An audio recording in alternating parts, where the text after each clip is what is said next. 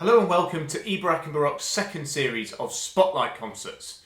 Back in March 2020, at the start of the first lockdown, we had an idea of showcasing an instrument or a group of instruments in a shorter Spotlight concert.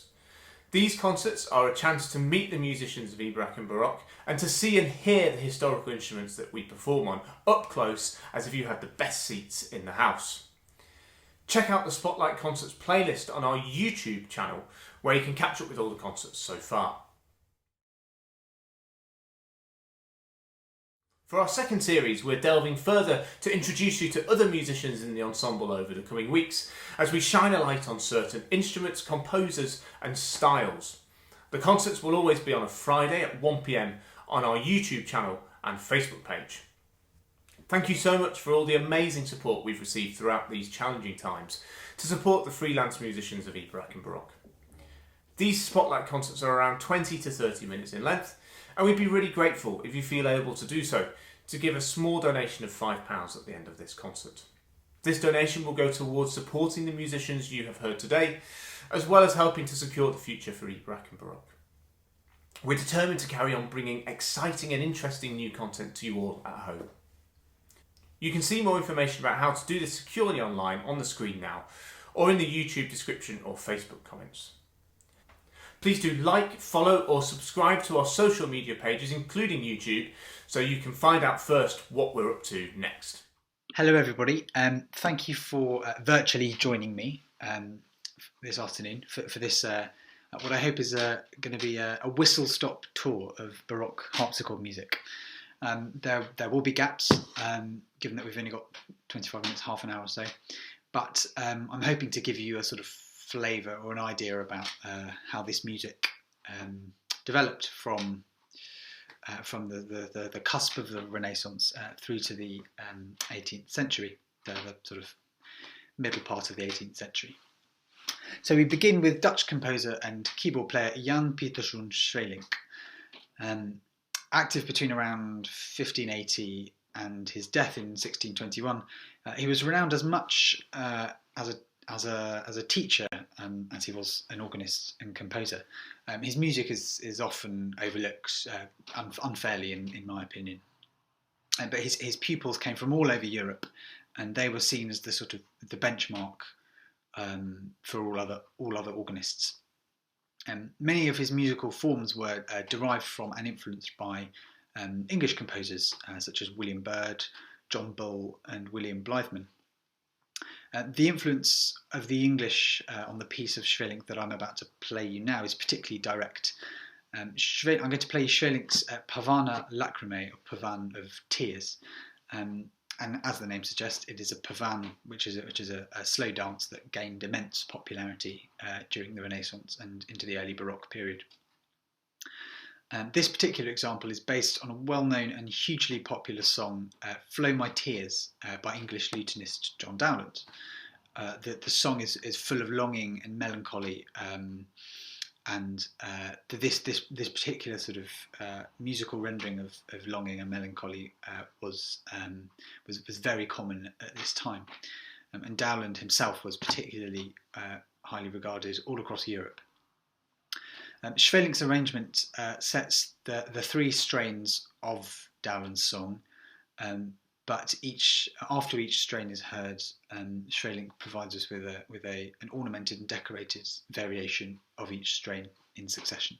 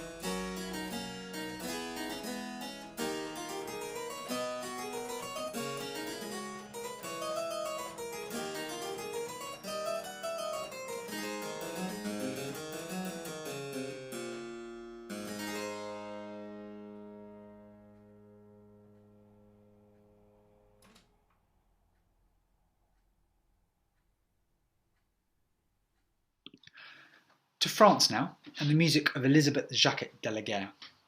De la Guerre was renowned as a virtuosic keyboard player, improviser, and composer of both vocal and instrumental works. Her renown spread rapidly across Paris through the latter stages of the 17th century, which itself became something of a golden age for French harpsichord music. Like the music of her contemporaries, her harpsichord music is packed full of ornamentation, colourful and often quite surprising harmonic shifts, and sort of elegant turns of phrase and melodic gestures. So I'm going to play two movements for you now, and these two movements are from the F major suite from her 1687 publication of suites. Now it's worth just pointing out that even at this stage in Paris, the publication of solo harpsichord music was pretty rare, and so the fact that these suites were published was a testament to and an indication of just how highly regarded de la Guerre and her music were.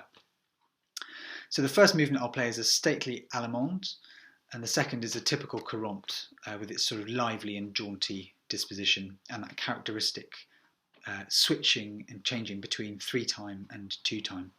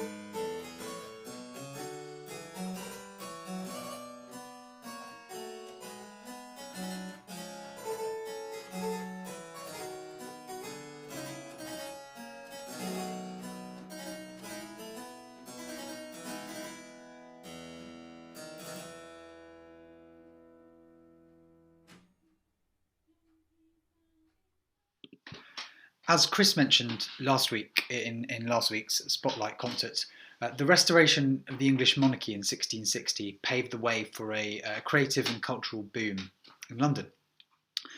The stage was all the rage in the 1680s and 1690s. These new conditions enabled musicians to gain employment in a number of different contexts at the same time. One such musician was Henry Purcell, who composed for the stage, for the Royal Court and Chapel Royal, and for Westminster Abbey during his altogether too short life. A music that was particularly well received in its original context often found its way to being transcribed for solo keyboard. Would often appear in compilations compiled by the eminent publishers of the day, who are looking to get a bit of money off the back of some very excellent and increasingly popular compositions. One such compilation was John Playford's Music Handmade, and I'm going to play a transcription by Purcell that appears in the second part of Music's Handmade, published in 1689, and it's a transcription of Hear the Deities Approve, which is from his Ode to St. Cecilia, entitled Welcome to All the Pleasures. The piece is founded upon a repeating ground bass, hence the transcription's title, A New Ground.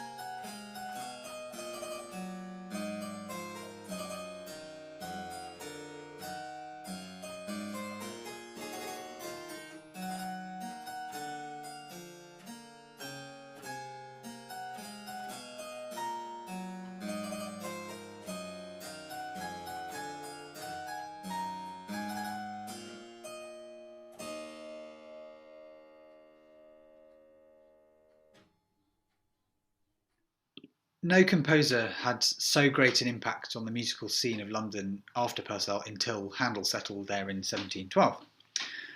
By this time, the keyboard dance suite had become cemented as a genre to which any composer worth their salt turned their hand, and Handel was no exception. His 8 suites, which later became known as the 8 Great Suites, were published in London in 1720, and I'm going to play for you the final movement of the 5th suite, the E major suite. The movement is an aria with a set of variations, or doubles, and it may be familiar to you in its now common moniker, the Harmonious Blacksmith.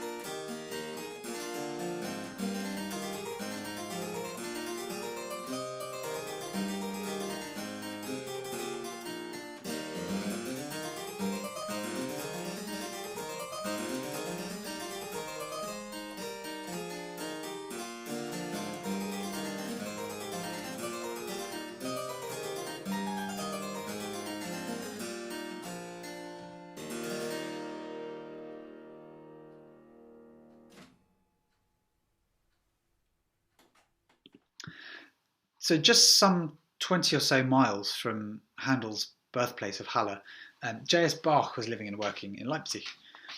His music really stretched the harpsichord to its limits, and he assimilated so many different genres, forms, national styles, and this gave rise to an immensely varied output. This